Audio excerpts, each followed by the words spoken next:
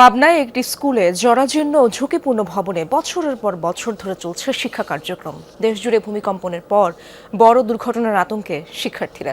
ভবন ধসের আশঙ্কায় বিদ্যালয়ে আসতে দেখা দিয়েছে অনীহা। শিক্ষকরা বলছেন, কক্ষ সংকটে ক্লাস স্থানান্তর করা সম্ভব হচ্ছে না। নতুন ব্লেন্ডে আরো রিচ অ্যারোমায় সেলন ফ্যামিলি ব্লেন্ড টে। স্কুল ভবন যেন মৃত্যু ফাঁদ, যে কোনো সময় ভেঙে পড়ার শঙ্কা নিয়েই চলছে পাঠদান।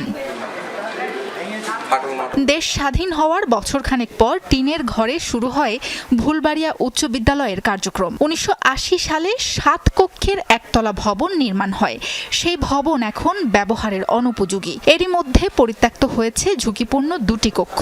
বাকি ৫টিতে কোনো রকমে সপ্তম থেকে দশম শ্রেণীর ক্লাস নিচ্ছেন শিক্ষকরা। তবে সাম্প্রতিক ভূমিকম্পের পর সেখানেও আসতে ভরসা পাচ্ছে না ছাত্রছাত্রীরা। বিল্ডিং ভেঙে ভেঙে পড়ে, আমাদের ভয় লাগে যে কখন এসে আমাদের ক্ষতি করে। ভূমিকম্পের পরে আমাদের বাচ্চারা বিদ্যালয়ে আসতে চাচ্ছে না। আমরা অভিভাবক হিসেবে ঝুঁকির মধ্যেই থাকি যে আমাদের কোন বাচ্চা না জানি কখন কান্না করতে করতে বাসায় আসে। এমপিওভুক্ত বিদ্যালয়টিতে ১১ জন শিক্ষক কর্মরত, শিক্ষার্থী ৪০০-র বেশি।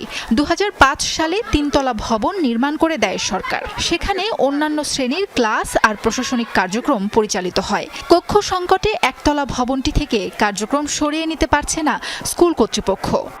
একদিন ক্লাস 9-এর রুমে ক্লাস নিচ্ছিলাম, তো হঠাৎ করে ছাদ ধাপাস করে অনেকখানি ভেঙে পড়ে গেল। তো অল্প একটু থেকে বাচ্চারা বেঁচে গেল। কয়েকটা ক্লাস তো করাই যায় না, এবং কয়েকটা ক্লাস চলছে, এবং সে কয়েকটা ক্লাস রীতিমতো ঝুঁকিপূর্ণ। এখন অ্যাকোমোডেশন না থাকায় ওখানেও ক্লাস করা লাগছে। শিক্ষকরা বলছেন, নতুন ভবনের জন্য বিভিন্ন দপ্তরে আবেদন করা হয়েছে। সম্প্রতি ভূমিকম্পের পরে আমরা বিদ্যালয়ে মিটিং করেছি অভিভাবক সদস্য এবং শিক্ষক মণ্ডলীদেরকে নিয়ে।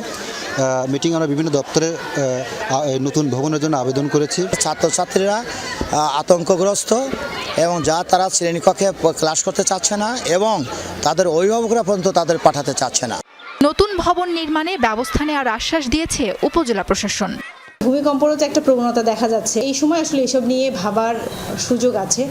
তো অবশ্যই আমরা প্রশাসনের পক্ষ থেকে আমরা ব্যবস্থা নিব, এবং আমাদের দিক থেকে সর্বোত্তক সহযোগিতা থাকবে। জরাজীর্ণ বিদ্যালয়টি পাবনার সাঁথিয়া উপজেলার ভুলবাড়িয়া ইউনিয়নে অবস্থিত। সাবরিনা লিজা, যমুনা নিউজ।